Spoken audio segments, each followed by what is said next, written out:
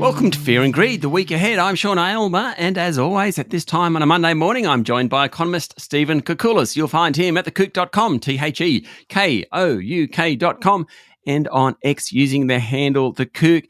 Stephen, good morning. Have you always been known as The Kouk? I mean, I suppose growing up at high school, you would have been Kouk or Kooky or something. Yeah, worse, yes, all of that. I've been called worse, but the Kouk's actually quite good because it sort of characterises my approach to economics. You know, don't just have the consensus hugging view on things. Go out there and call it as you see it. And that's how you sort of get an interesting view on the economy, because we know the consensus is often wrong. But anyway. So true. Big week coming up, but let's just check in with what happened last week. The big one, of course, was the December quarter CPI. Huge news, and it came in under market expectations, and more important than under market expectations, it was under what the Reserve Bank put in their November 2023 statement on monetary policy. That was the quarter, or the statement, that they revised up their inflation outlook, because remember at the time too, that was when the Gaza-Israel conflict began, escalated, oil price shot to $95 a barrel. There was some fear that inflation was going to be resilient, and the Reserve Bank, I don't want to be too critical, but they saw that. We had a strong employment number that particular month. They hiked. Fast forward to the inflation outcome, it came in at 0.6 for the quarter. So if you annualise that, so roughly multiply that by 4, you're getting 2.5%. So that momentum down on the quarterly inflation readings, if it continues, and it probably will, means that we're going to be within the RBA target band during the course of 2024. So that low inflation reading, including on the underlying measures, the trimmed mean measures, are really good news that inflation problem, well, do we do a George W. Bush and declare victory? We're almost there. Yes, I mean, just quickly on that, Jerome Powell, the US Federal Chair, last week also, same sort of deal, the same situation there, but he didn't declare victory. In fact, he kind of pointed out that, it's still too high. He was quite explicit, saying, look, we're really happy with the way the inflation trajectory is going, that it's sort of come down nicely.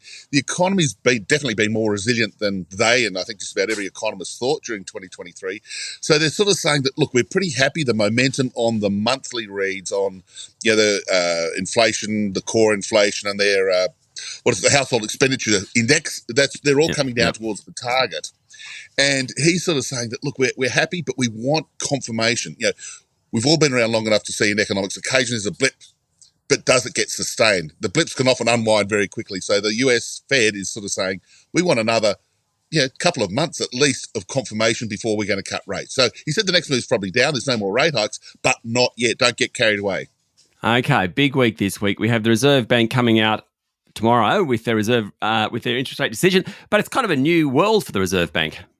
It is. This is part of the reforms that the government and Michelle Bullock, when she was appointed governor in September last year, agreed to, and that is more transparency, more information, if you like. So on tomorrow, 2:30 Sydney time, they will announce the interest rate decision, and it's an overwhelming consensus. They're on hold. They're going to be, they'll be happy with that inflation outcome. They're not ready to cut either. They're not going to hike, so that's the easy call.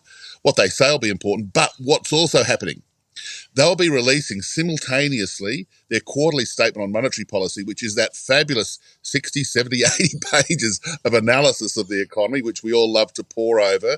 And also, really importantly, she's giving a press conference. So there's a chance to ask her about her call on rates in November last year, what she's seeing now, how confident is she that inflation read that we saw last week is going to be confirmed in the following quarter. So it's one of these ones where, hooray, the US has been doing this for quite a while, but here in Australia, we've now got this situation where every meeting, the governor will front the press and they'll, not to grill it, it's not this sort of gotcha sort of game, it's not like politics, it's to sort of dig into what she's really thinking about the economy.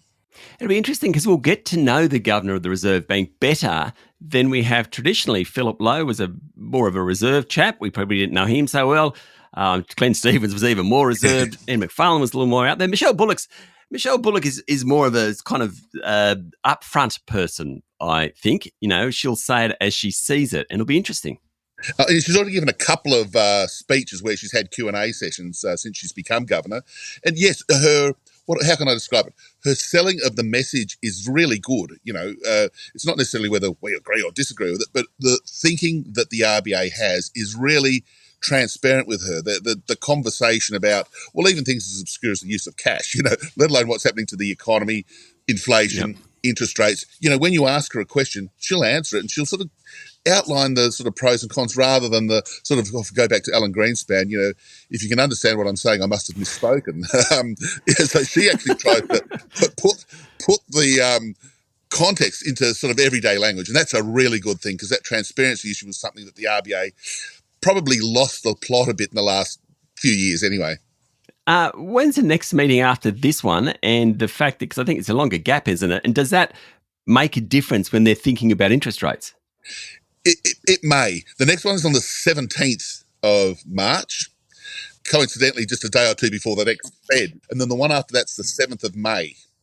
Now, the way that these are timed are to be approximately, 10 days after key events. And those key events are the quarterly CPI, obviously, and the quarterly GDP numbers, because they used to meet the day before GDP numbers came out. So that would have been a bit of a problem. So in the 17th of March meeting, they'll have had the GDP numbers come out, roughly 10 days before. Probably not going to do anything yet because they don't have that inflation picture. But the 7th of May is where everyone's getting a little excited now because they'll have the March quarter inflation numbers. They'll know what the Fed's doing a little more. And, of course, we still get the monthly run of labour force and retail sales and these sorts of things. So they'll have a lot more information. So the current betting, if we can call it that, is May's a 50-50 proposition. End of June, that could well be the one that they deliver. So it's work in progress. There's no more rate hikes. I think we're pretty confident about that. And now all the speculation that we'll be chatting about for the next few weeks and next few months is when's that first rate cut coming? Yeah, it's going to be an exciting week. We're going to see a Reserve Bank with personality. Oh my gosh, we haven't seen that for a long while. I know. Won't it be good? And I think the press are keen to do it because the press are like, they're keen to sort of draw out the discussion because, in the olden days, like last year, you'd see this statement come out in the really beautifully written press release or statement on monetary policy. There was something that you wanted to ask about and you couldn't. Yeah. Now we can. Yeah, well, good luck to Michelle Bullock when she fronts the media tomorrow. Stephen, have a great week. Thank you, Sean. See you. That was economist Stephen Koukoulas, better known as The Kook. You can find him at thekook.com and follow him on X using the handle The Kook. I'm Sean Aylmer, and this is Fear and Greed, the week ahead.